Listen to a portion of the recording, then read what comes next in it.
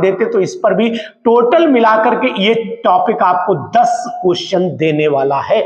तो ये ध्यान देना पड़ेगा कि हमें टॉपिक छोड़ना नहीं किसी भी कीमत पर। इसके बाद चलिएगा, अगर हम हीट से जुड़े हुए टॉपिक देख लेते हैं तो हीट से जुड़े हुए टॉपिक में एक तो ब्लैक बॉडी रेडिएशन को आपको ध्यान देना है, ब्लैक बॉडी रेडिएशन को ध्यान देना है। ब्लैक बॉडी रेडिएशन बहुत इंपॉर्टेंट टॉपिक है। ब्लैक बॉडी रेडिएशन यहां से क्वेश्चन निश्चित है।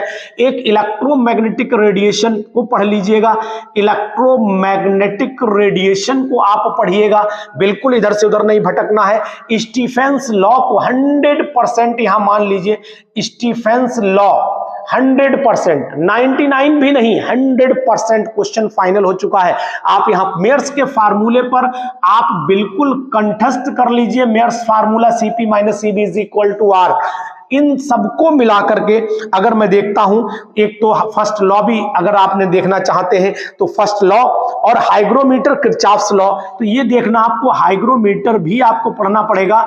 हाइग्रोमीटर आप ध्यान दे लीजिएगा और एक किरचॉफ्स लॉ को भी ध्यान दे लीजिएगा। इनमें से भी टोटल 10 MCQs आने की पूरी संभावना मुझे दिखाई देती है। अगर मैं आपसे कहता हूं कि क्या ये इंपॉर्टेंट है तो पीछे मत हटना, और अगर आप नजर इन पर बना लेते हो, मैं भी चेक कर लेता हूं कि पूरा आ रहा है, बिल्कुल सही है, तो आप इन टॉपिक्स को बिल्कुल कंठस्थ कर लो, इन टॉपिक्स को छोड़ो नहीं किसी कीमत पर, यह ध्यान देना पड़ेगा। इसके बाद चौथा टॉपिक आपका लाइट आ जाता है।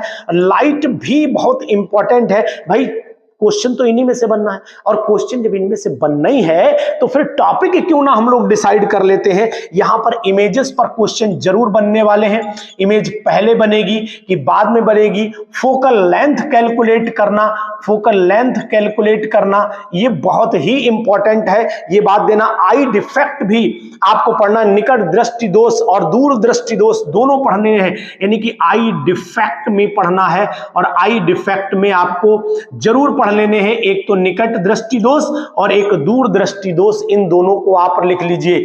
क्या लिख लेना? निकट, है ना, निकट दृष्टि दोष, हिंदी में लिख देता हूं, निकट दृष्टि दोष पढ़ लीजिएगा। इस पर बहुत फोकस कर रहा हूं, हिंदी में बोल रहा हूं। उसके बाद में आप दूर दृष्टि दोष, इन दोनों पर 100% क्वेश्चन है, लिख लो, अब भी क्या भी लिख लो। उसके बाद डिफ्रैक्शन और रिफ्रैक्शन को भी आप जरूर पढ़ लीजिएगा।